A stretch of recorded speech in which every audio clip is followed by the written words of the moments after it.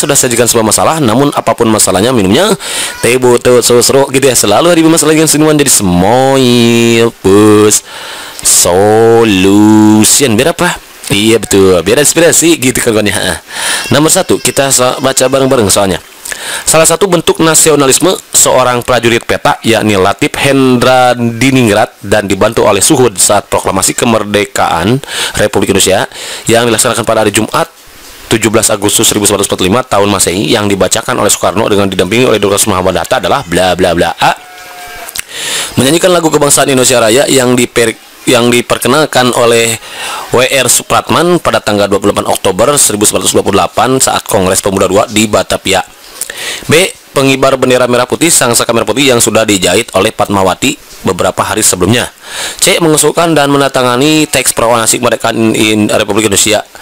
D. Menghadiri penaikan bendera saat proklamasi kemerdekaan berlangsung. E. Menciptakan lagu kebangsaan Indonesia Raya. Oke kawan-kawan, jadi perlu kita ketahui sebagaimana yang sudah Makia beritakan di video-video Makia sebelumnya, yaitu terkait dengan sejarah proklamasi kemerdekaan Indonesia. Silahkan kamu searching lagi SPKI ya, sejarah proklamasi kemerdekaan di Indonesia, bahwa memang proklamasi kemerdekaan itu dilaksanakan pada hari Jumat tanggal 17 Agustus 1945 dan terjadinya proklamasi ini terjadinya ini gitu ya, atas ya tidak semudah yang kita bayangkan ya. Tentunya terjadi karena adanya berbagai macam perundingan yang terjadi, seperti terjadinya perundingan antara golongan muda, golongan tua, kemudian adanya peristiwa Rengas Dengklok terlebih dahulu, barulah terjadi proklamasi kemerdekaan Republik Indonesia gitu. Dan ada beberapa tokoh, yaitu satu yang merupakan seorang prajurit peta, yaitu Latif Hendradiningrat, kemudian dibantu oleh Suhud, dan satu lagi itu tidak diketahui identitasnya. Jadi ada 3 orang nanti ya yang bertugas saat itu adalah untuk mengibarkan bendera gitu kawan-kawan. Jadi bentuk nasionalisme yang dilakukan oleh mereka ini adalah mengibarkan bendera merah putih yang sudah dijahit oleh Ibu Fatmawati beberapa hari sebelumnya. Ada nggak di option? Ada. Ternyata jawabannya yang paling tepat adalah yang B gitu kan ya. Jadi beliau ini kedua ini dibantu oleh satu orang yang nggak siapa tahu itu. Jadi awalnya ditunjuk adalah Trimurti. Jadi ada yang namanya Trimurti ditunjuk untuk mengibarkan bendera yang hadir saat itu, namun Trimurti menolak. Kata beliau yang lebih cocok, lebih pantas untuk mengibarkan bendera adalah berasal dari seorang prajurit. Maka ditunjuklah salah satu seorang prajurit peta yang bernama Latif Hendradiningrat dibantu oleh Suhud, dan satu lagi yang membawa nampan itu identitasnya kurang begitu diketahui gitu oleh kita semua gitu ya, yaitu pengibar bendera merah putih Sangsaka merah putih yang sudah dijahit oleh Ibu Fatmawati beberapa hari sebelumnya. Jadi ini bentuk nasional yang dilakukan beliau. Kalau menyanyikan lagu itu bukan dilakukan hanya untuk beliau saja, tapi ya semua orang juga yang hadir saat itu menyanyikan lagu tentunya ya. Dan perlu kawan-kawan ketahui bahwa lagu W.R. Supratman itu diperkenalkan pertama kali tanggal 28 Oktober tahun 1911, yaitu saat Kongres Pemuda II, yang selanjutnya menghasilkan Kongres Pemuda itu adalah Sumpah Pemuda. Nah, jadi Sumpah Pemuda itu asalnya dari adanya Kongres Pemuda II ya, Sumpah Pemuda. Makanya diperingatilah tanggal 28 Oktober itu sebagai hari lahirnya Sumpah Pemuda, Hari Sumpah Pemuda gitu maksudnya. Itu ya, jadi lagu kebangsaan itu ternyata diperkenalkan pertama kali 28 Oktober tahun 1908. Kemudian yang mengusulkan dan mendatangi teks proklamasi kemerdekaan Republik Indonesia itu bukan ya menghadiri penaikan bendera saat proklamasi kemerdekaan berlangsung, banyak ini ya, bukan hanya ini, jadi semuanya juga. Tapi yang lebih urgent, yang lebih sangat berarti oleh Denan Niat itu adalah pengibaran bendera. Ini itu untuk nasionalisme beliau gitu kan. Ansen inap ijiji mantap. Kalau mantap, next soal number 2. Nah, pertama ya udah hadapi dulu dengan menjadi Smile Solution. Biar apa? Biar ada inspirasi gitu ya. Di sini ngumpet misalnya. Para pejuang golongan muda merasa terbakar gelora kepahlawanannya setelah berdiskusi dengan Tan Malaka. Maka pada dini hari itu maksudnya, ini nggak usah pakai dini lagi, sorry saya ngetik nih. Siapa yang ngetik? Mang Aki ya, berarti salah. Mang Aki diam, sorry. Maka pada dini hari tanggal 16 Agustus 1945, lu kelebihan lagi 1900 berapa ini? 1945. Mereka bersama Sodanso Singgih, ada Sodanko Singgih, salah seorang anggota PETA. Jadi beliau ini adalah salah seorang anggota PETA, sama kayak Hatip Handi Adiningrit barusan. Dan pemuda lain membawa Soekarno bersama Fatmawati dan Guntur yang baru berusia 9 bulan. Jadi saat itu Guntur baru berusia 9 bulan. Serta Hatta ke Rengas Dengklok, yang kemudian saja dikenal dengan peristiwa Rengas Dengklok. Nah, Rengas Dengklok itu terjadi sehari sebelum proklamasi kemerdekaan Indonesia, ternyata kawan-kawan ya. Jadi pekulungan muda yang disebut membawa, yang kita kenal dengan menculik katanya ya, menculik Soekarno dan Hatta juga bersama Ibu Fatmawati dan juga Guntur yang baru berusia 9 bulan ke Rengas Dengklok. Maka disebutlah peristiwa Rengas Dengklok. Salah satu bentuk pengawalan sila keempat yang dilakukan oleh golongan tua, yakni Ahmad Subarjo. Nih lagi-lagi pengawalan sila keempat. Saat itu adalah bla bla bla A melakukan perundingan dengan golongan muda sehingga disetujuilah bahwa proklamasi kemerdekaan Indonesia dilaksanakan di Jakarta. B. Mengutus Yusuf Kunto untuk mengantar Subarjo menjemput Soekarno dan Hatta ke Rengas Dengklok. C. Meyakinkan para pemuda untuk tidak terburu-buru memproklamirkan kemerdekaan. D. Menyepakati hasil penyusunan teks proklamasi kemerdekaan yang melalui proses perdebatan panjang. E. Penyumbangan ide penulisan teks proklamasi kemerdekaan. Oke kawan-kawan, perlu kita ketahui, jadi sehari sebelum saat Soekarno dan Muhammad Hatta dibawa ke Rengas Dengklok, maka golongan muda dan golongan tua itu melakukan perundingan. Nah, jadi di sana ya, golongan tua yang diwakili oleh Ahmad Subarjo melakukan perundingan kawan-kawan. Jadi untuk perdamaian gitu kawan-kawan. Jadi jangan sampai ada salah paham saat itu, karena dibawanya Soekarno dan Muhammad Hatta ke Rengas Dengklok itu ada kesalahpaham, ketakutan bahwa Soekarno dan Hatta masih termakan isu oleh Jepang gitu sejarahnya itu. Maka ternyata yang benar, jawaban yang paling tepat itu adalah yang A kawan-kawan ya. Jadi Ahmad Subarjo itu melakukan perundingan dengan golongan muda sehingga disetujuilah bahwa proklamasi kemerdekaan Indonesia dilaksanakan di Jakarta. Setelah disetujui ini, maka diutuslah Yusuf Kunto untuk mengantar Subarjo menjemput Soekarno dan Hatta ke Rengas Dengklok. Jadi kalau ini hasilnya, hasil perundingannya ya, karena yang tanya adalah pengawalan sila keempat. Nah, sila keempat itu kan demokrasi ya, musyawarah. Nah, itu berarti perundingan. Nah, masuknya ke yang sila keempat, yaitu yang A gitu kan ya. Kalau ini meyakinkan para pemuda untuk tidak terburu memproklamirkan, ini terjadi pada tanggal 17 Agustusnya kalau nggak salah ya, di malam harinya gitu kawan-kawan.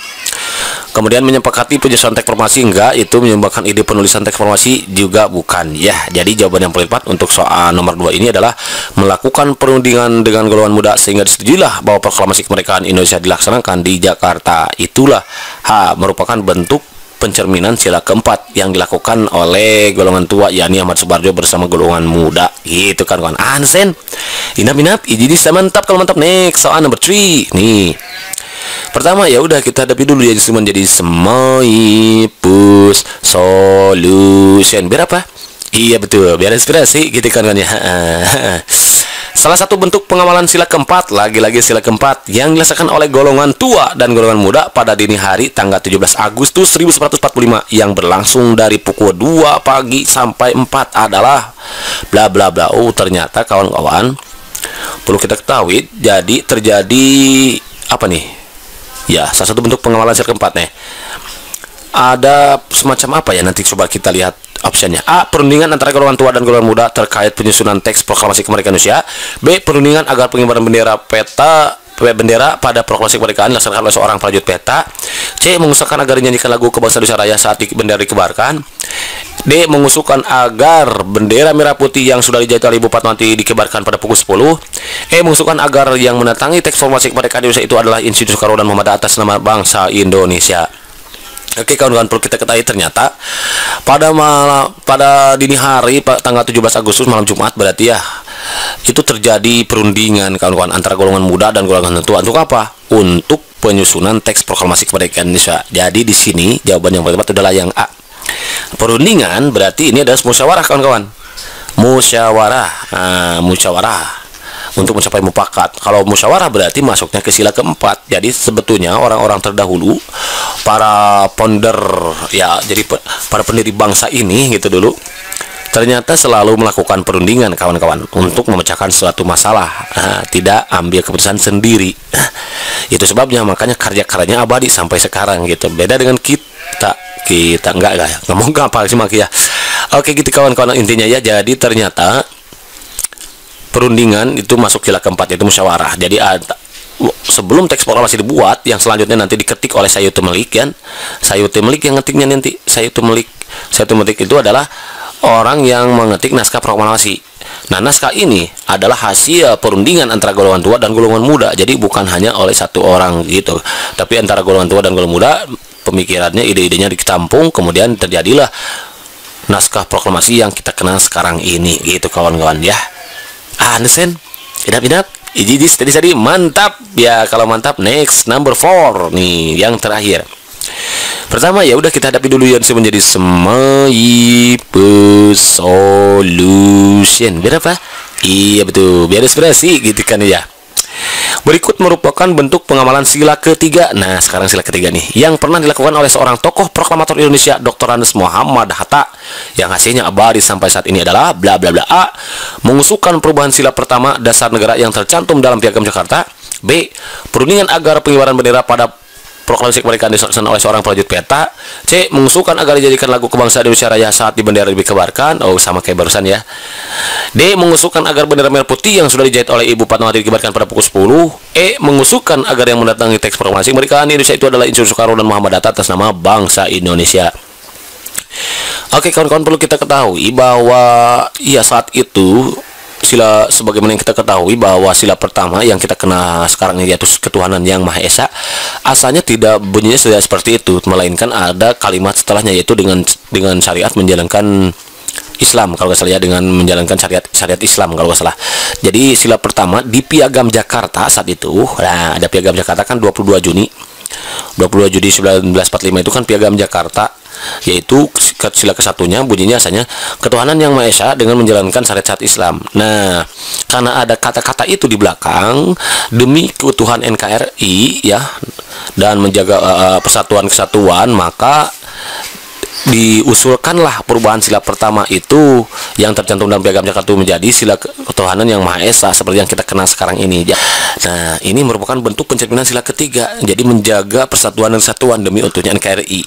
Jadi kalau ada kalimatnya dilanjutkan itu khawatir nanti akan menimbulkan perpecahan itu di antara semua masyarakat Indonesia, penduduk Indonesia saat itu yang terdiri dari berbagai suku gitu kan ya, dan terdiri dari bukan hanya satu golongan itu kawan-kawan ya, demi keutuhan NKRI atas nama Bhinneka Tunggal Ika juga, dan supaya tidak terjadi perpecahan, intinya sih menjaga persatuan kesatuan, maka diusulkanlah perubahan sila pertama dasar negara itu oleh Dr. Andes Muhammad Hatta yang mengusulkannya. Kemudian jadilah sila pertama yang kita sekarang kena ini itu kawan-kawan. Itu adalah bentuk pengawalan sila ketiga, karena beliau Muhammad Hatta saat itu mengkhawatir gitu akan terjadi perpecahan gitu ya antara sesama penduduk Indonesia, jadi perang melawan diri sendiri gitu ya.